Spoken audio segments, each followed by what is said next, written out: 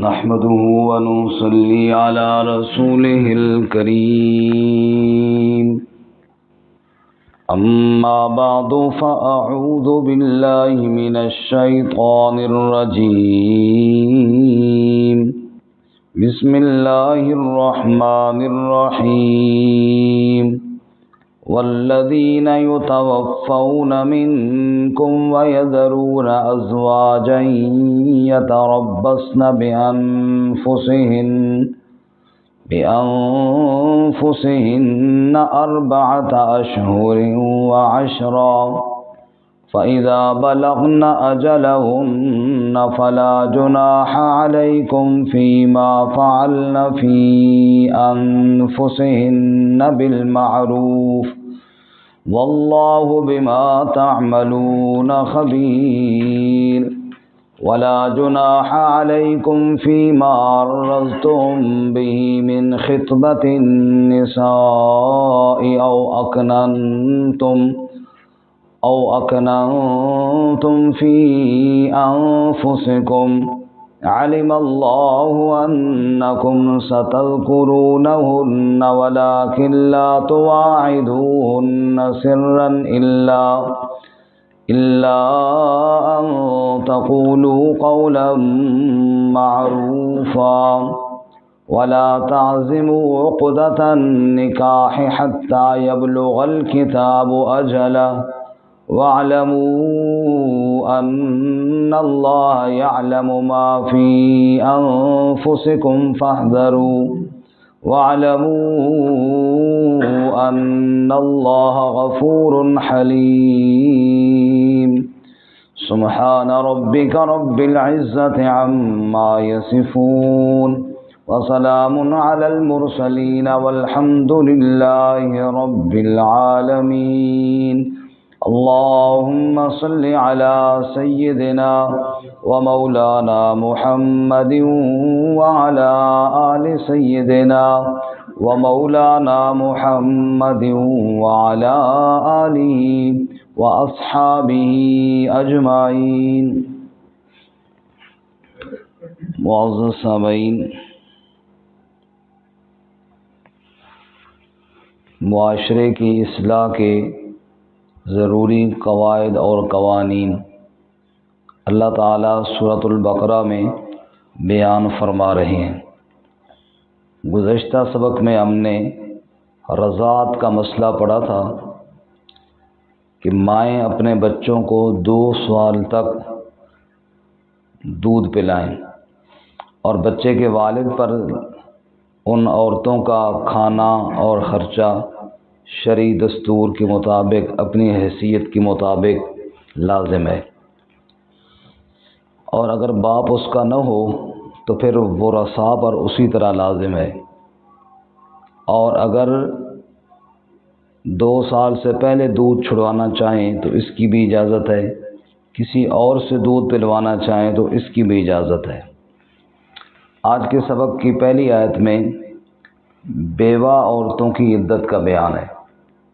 بیوہ عورتوں کی عدت 4 مہینے 10 دن ہے، اور اگر حمل ہو تو پھر وضع حمل یعنی بچے کی ولادت تک ہے۔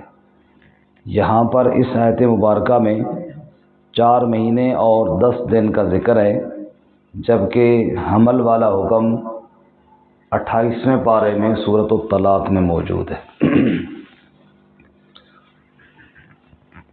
عدت سے مراد یہ ہے کہ شوہر کی وفات کے بعد عورت شوہر کے گھر میں ہی رہے، سخت ضرورت کے علاوہ اگر کوئی ایمرجنسی بیماری وغیرہ ہو گئی ہے ظاہر ہے پھر تو جانا ہی پڑے گا، لیکن شوہر کے گھر سے باہر نہ جائے اور زیب و زینت ترک کر دے، بناؤ سنگھار سے اپنے آپ کو بچائے۔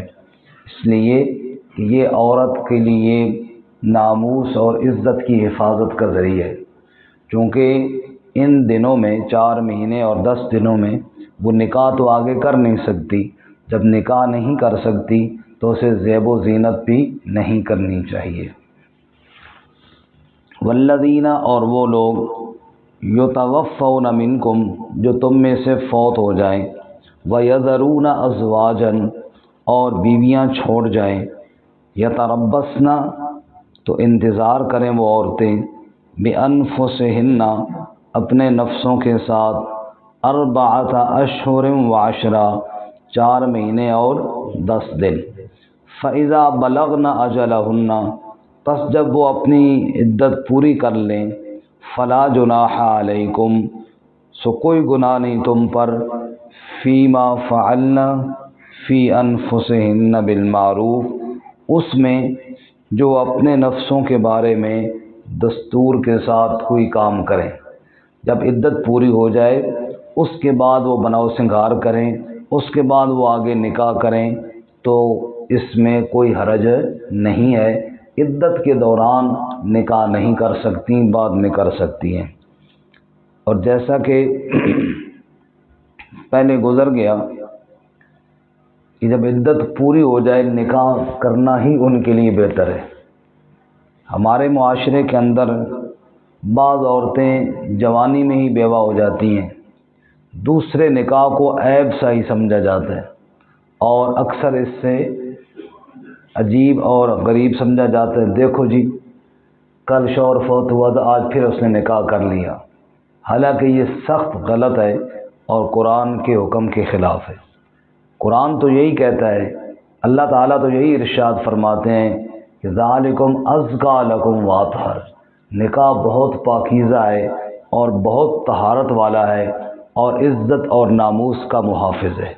تو جو بات اللہ تعالیٰ نے فرمائی ہے وہی بہتر ہے، اور شرعی طور پر جو آدمی کوئی ایسا کام کرے کہ جس کو شریعت نے جائز قرار دی ہے اس پر طعنہ دینا کبیرہ گناہ ہے اور اس پر مذاق اڑانا کبیرہ گناہ ہے، تو اللہ تعالیٰ اس سے محفوظ فرمائے۔ آخر میں فرمایا واللہ بما تعملون خبیر، اور اللہ تعالیٰ جو کچھ تم کرتے ہو اس کے ساتھ خبر رکھنے والا ہے، اللہ سے کوئی چیز چھپی ہوئی نہیں ہے۔ اگلی آیت میں ایک اور مسئلہ ہے، اور وہ مسئلہ یہ ہے کہ عدت کے دوران عورت سے نکاح کی بات تک نہ کی جائے۔ نکاح کرنا تو جائز ہی نہیں ہے نا دوران عدت، چاہے وہ مطلقہ ہو چاہے وہ بیوہ ہو، جب تک وہ عدت کے اندر ہے تب تک تو نکاح کرنا جائز ہی نہیں۔ وہ تو اپنی جگہ رہا لیکن نکاح کی بات کرنا، منگنی کرنا یہ بھی درست نہیں ہے۔ ولا جناح علیکم، ہاں اس میں ایک بات یہ ہے کہ واضح طور پر نکاح کی بات کرنا اور منگنی کی تاریخ مقرر کر لینا یہ تو درست نہیں ہے۔ باقی اشاروں کنایوں میں کوئی پیغام دے دینا تاکہ گل کے اور پاسے نہ چل جائے تو اس کی اجازت ہے۔ ولا جناح علیکم، اور نہیں گناہ تم پر، فیما عرضتم بہ اس میں جو تم درپے ہو، من خطبۃ النساء، خطبہ کہتے ہیں پیغام نکاح کو، ہمارے عرف میں کہتے ہیں منگنی۔ تمہارے اوپر کوئی گناہ نہیں ہے کہ جو تم عورتوں کی منگنیوں کے درپے ہو جاؤ، یعنی اگر تمہارا ذہن میں ہو کہ میں نے فلاں عورت سے نکاح کرنا ہے، یہ ذہن بنانے میں کوئی گناہ نہیں ہے۔ او اکننتم فی انفسکم، یا تم اپنے دلوں میں چھپاؤ، کسی سے بات کر لو بھئی یار میں نے نکاح کرنا ہے تو بھی کوئی حرج نہیں، اپنے دل میں صرف ذہن میں رکھو تو بھی کوئی حرج نہیں۔ علم اللہ انکم ستذکرونہن، اللہ جانتا ہے کہ ان قریب تم ذکر کرو گے ان سے۔ ظاہر بات ہے جب ایک آدمی نے ارادہ کر لیا ہے کہ میں نے نکاح کرنا ہے تو ظاہر بات تو کرے گا تو تب ہی نکاح ہوگا نا۔ صرف سوچنے سے تو سارے مسلمان سوچتے رہتے ہیں ماشاءاللہ کہ ہم دوسرا نکاح کریں گے، تو کبھی کسی کا نہیں ہوا۔ جب تک بات کرتے ہیں تبھی بات آگے کھلتی ہے نا۔ ہمارے ترلائی میں قاری اظہر حیات عباسی صاحب ہیں، مدنی مسجد کے امام، ان کا نکاح تھا تو وہاں جب ہم حاضر ہوئے تو چونکہ مدنی مسجد والے ساتھی اکثر وہ بھی مجھے جانتے ہیں چونکہ وہاں بھی میں درس دینے جاتا ہوں۔ جب میں گیا تو چند ساتھی او شکر ہے جی آؤ جی بیٹھو بیٹھو، پہلے ایک مسئلہ سمجھاؤ سانو، ٹینشن ختم کرو بعد میں باقی۔ کیا مسئلہ ہے وہ جی ہم 10 سال سے قاری صاحب کے پیچھے نمازیں پڑھ رہے ہیں اور ہماری دوسری شادی بھی نہیں ہوئی، اور ماشاءاللہ قاری صاحب کا چوتھا نکاح ہے۔ میں کہ گل سنو، تسی 10 سال قاری صاحب کے پیچھے نماز پڑھ رہے ہو نا، تو میں کئی دفعہ قاری صاحب کے اگے نماز پڑھ کے بھی دیکھ لئی میری بھی کوئی نہیں ہوئی۔ ایک قاری اظہر صاحب دے اگے تے پیچھے نماز پڑھنے نال شادی نہیں ہونی، یہ ذرا ہمت کرنی پینی تاں ہونی۔ قاری اظہر صاحب کے پیچھے نماز بے شک ساری زندگی پڑھتے رہو، پیچھے نہیں پڑھو، آگے مصلی پہ کھڑے ہو کے پڑھانا شروع کر دو، اس سے شادی نہیں ہوتی۔ بات کرو گے، کوئی ہمت کرو گے تب جا کر ہوگی، نہیں کرو گے تو بس صرف سوچتے رہنے سے تو نہیں ہوتی نا، خیال اور وسوسے تو بہت آ جاتے ہیں۔ جھگی میں بیٹھے فقیر کی خاتون کے بیٹے نے پوچھا، امی وزیر اعظم کون ہے؟ سکا فلاں۔ وہ جو مر گیا تو پھر کون ہو سی؟ سکا پھر اس دا پتر یا پارٹی دا کوئی بندہ ہو جا سی۔ وہ بھی مر گیا تو پھر سکا میرے پتر تو اٹھ اپنا کام تے چاہ، سارا جہان بھی مر گیا نا، تم وزیر اعظم نہیں بننا، تم اپنا کام کر۔ تو صرف سوچنے سے بندہ وزیر اعظم تو نہیں بن جاتا نا۔ تو اللہ فرماتے ہیں عالم اللہ انکم ستذکرون، جس نے نکاح کرنا ہے وہ ذکر تو کرے گا نا، وہ بات تو کھولے گا نا، جب بات کھولے گا تو تبھی آگے نکاح بنی ہوگا نا، ایسے سوچتے رہنے سے تو نکاح نہیں ہوتا۔ فرمایا اللہ جانتا ہے ان قریب تم ذکر کرو گے ان سے تو کوئی حرج نہیں ہے، لیکن اتنی بات ذہن میں رکھو کہ وَلَٰكِن لَّا تُوَاعِدُوهُنَّ سِرًّا، ان سے پختہ وعدہ مخفی طور پہ نہ کرو۔ یعنی وہ عدت والی عورتیں جو ابھی عدت میں بیٹھی ہیں، ابھی ان کی عدت پوری نہیں ہوئی اور تم نے جناب ان سے بات طے کر لی ہے، بس ٹھیک ہے عدت پوری ہو جائے پھر تم اور میں آپس میں نکاح کریں گے، اللہ کہتا ہے یہ کام نہ کرو جب تک وہ عدت میں ہیں۔ پختہ وعدہ، یا اللہ اگر میں ان سے بات نہ کروں تو ایسا نہ ہو کوئی اور مجھ سے پہلے بات کر لے، تو پھر اللہ نے فرمایا ہاں الا ان تقولوا قولا معروفا، تم کوئی معروف بات کہہ دو نا، اس حد تک کچھ نہ کچھ بات کر دو۔ مفسرین یہاں پہ لکھتے ہیں مثلا اس طرح کی بات کر دو نا کہ میں بھی اپنا گھر آباد کرنا چاہتا ہوں، دعا کرو اللہ کرے آباد ہو جائے، تاکہ اس کو پتہ چل جائے کہ ماشاءاللہ حضرت بھی امیدوار ہیں۔ تو اس طرح کی کوئی بات کر دو لیکن پختہ وعدہ نہ کرو عدت میں۔ کیوں کہ جب ایک عورت ایک شوہر کے ساتھ اتنا تعلق اس کا باقی ہے کہ ابھی اس کی نکاح کی عدت گزار رہی ہے، دوسرا نکاح بیچ میں طے نہیں ہونا چاہیے، بس اتنی بات ہے۔ وَلَا تَعْزِمُوا عُقْدَةَ النِّکَاحِ، اور عزم نہ کرو نکاح کے عقد کا، یعنی عزم پختہ عزم نہ کرو کہ بس شوہر یعنی نکاح کرنے والا بھی تیار ہو جائے کہ میں نے اسی کے ساتھ کرنا ہے، اور وہ عورت جو عدت گزار رہی ہے وہ بھی عزم کر لے کہ میں نے کرنا ہے۔ عدت کے دوران ان چیزوں سے کیا کرو؟ پرہیز کرو۔ حتیٰ یبلغ الکتاب اجلہ، یہاں تک کہ لکھت اپنے وقت کو پہنچ جائے، یعنی جو اللہ نے عدت مقرر کی ہے اللہ تعالیٰ کے حکم کا احترام کرتے ہوئے جب تک وہ عدت پوری نہ ہو جائے تب تک عزم نہ کرو، پختہ ارادہ نہ کرو۔ وَاعْلَمُوا، اور جان لو، ان اللہ یعلم ما فی انفسکم، بے شک اللہ وہ بھی جانتا ہے جو تمہارے دلوں میں ہے۔ دلوں کے راز بھی جاننے والا کون ہے جی؟ فاحذروہ، بس ڈرتے رہو اللہ تعالیٰ سے، اللہ کے قوانین کا احترام کرو۔ جہاں اللہ تعالیٰ نے ایک کام کرنے سے روکا ہے وہاں رک جاؤ، جہاں اجازت دی ہے وہاں بے شک اس پہ عمل کرو، جتنی اجازت دی ہے اس حد تک جاؤ، یہی بندگی ہے۔ اسی چیز سے تو پتہ چلتا ہے کہ ہم پابند ہیں اللہ کے حکم کے، جو اللہ کہے گا وہ کریں گے، نہیں کہے گا تو نہیں کریں گے۔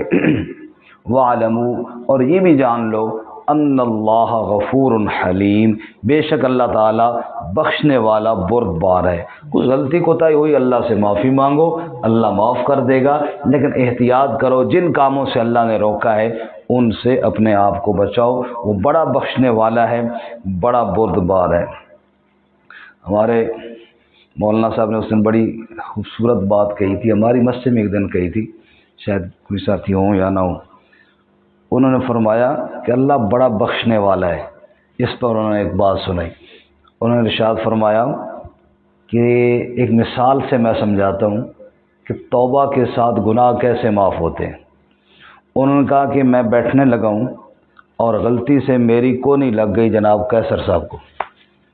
تو میں نے کہا ہو غلطی ہو گئی جی معاف کرنا. ان کا خیر ہے کوئی بات نہیں, یہ ہے توبہ, غلطی ہو گئی نا معذرت کر لی. اگلے دن جو میری ملاقات ہوئی ان سے, میں نے کہا جو کل کونی لگی تھی نا وہ مجھے معاف کر دیں. ان کا وہ تو ہو گئی, اس ٹائم ہی معاف ہو گئی جی. اچھا چلو شکر ہے جی. اب میں ادھر ہوں یار, اب بڑی غلطی ہوئی یار, کونی لگی ہے کیسر بھائی کو. تو تیسرے دن پھر ملاقات ہوئی, یار وہ جو کل پرسوں کونی نہیں لگی تھی او بھائی وہ تو ہو گئی ہے معاف. اور چوتھے دن جب میں کہوں گا کہ گئی ہر بس کرنا معاف ہو گئی ہے نا. وہ یہ مثال دے کے کہتے ہیں جب ایک انسان ہے اس کے حقوق میں حق تلفی ہوئی مجھ سے, اس کو کونی لگنے کا درد بھی ہوا, وہ بھی تیسری چوتھی دفعہ سے کہتا ہے یار بس کر میں نے معاف کر دیا ہے. جب میں نے گناہ کیا تو رب کا تو کوئی نقصان ہی نہیں ہوا, وہ ہے بھی بڑا مہربان. اور انسان تو پھر اس کی رحمت کی ایک حد ہے نا, اللہ کی رحمت تو بڑی وسیع ہے. تو اس لیے جب اس سے کوئی بندہ کہے گا نا یا اللہ مجھے معاف کر, تو رب کہتا ہے میں نے معاف کر دیا ہے, میں نے معاف کر دیا ہے. اور اللہ کے معاف کرنے میں پھر شک بھی نہ کرو. فرمایا کہ اللہ سے جو معافی مانگو گے بس مانگو دل سے, وَاعْلَمُوا جان لو ان اللہ غفور حلیم. یہ جو دھوپ ہے یہ اللہ تعالیٰ کی مخلوق ہے نا, اللہ تعالیٰ کی کیا ہے مخلوق ہے. جیسے ہم مخلوق ہیں, دھوپ بھی اللہ کی مخلوق ہے. جب سورج طلوع ہوتا ہے اور دھوپ پڑتی ہے, کعبہ کے اوپر بھی پڑتی ہے, بیت اللہ کے اوپر بھی, اور عام جگہوں پہ بھی پڑتی ہے, اسی طرح پڑتی ہے جس طرح کعبہ کے اوپر پڑ رہی ہے. فرمایا جب ایک اللہ کی مخلوق اتنی وسیع ہے تو اللہ تعالیٰ کی رحمت کتنی وسیع ہوگی. وَاعْلَمُوا أَنَّ اللَّهَ غَفُورٌ حَلِيمٌ, بڑا مہربان ہے, بہت بردبار ہے, بہت بخشنے والا ہے. اللہ تعالیٰ اپنی رحمت ہمیں نصیب فرمائے. ترجمہ دوبارہ سنیں.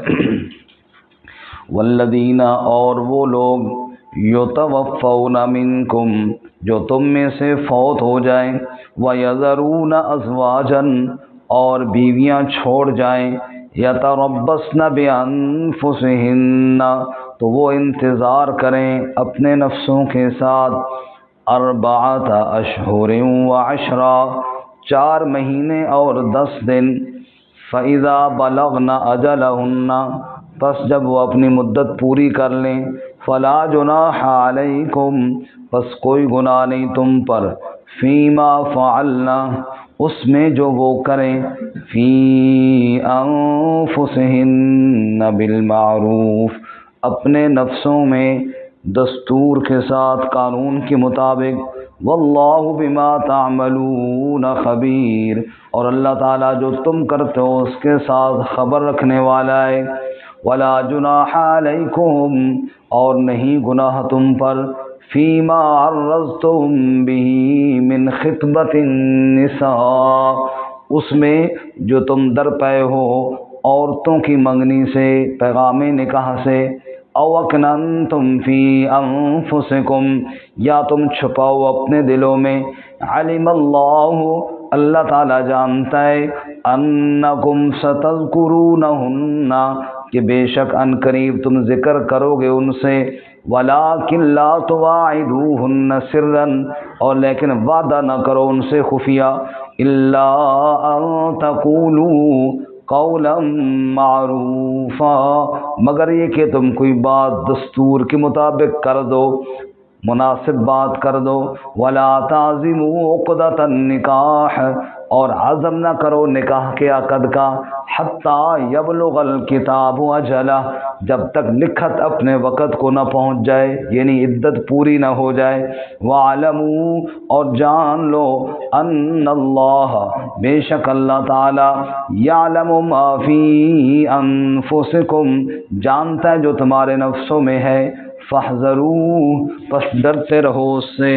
وَاعْلَمُوا, اور یہ بھی جان لو, ان اللہ غفور حلیم, بے شک اللہ تعالی بخشنے والا بردبار ہے.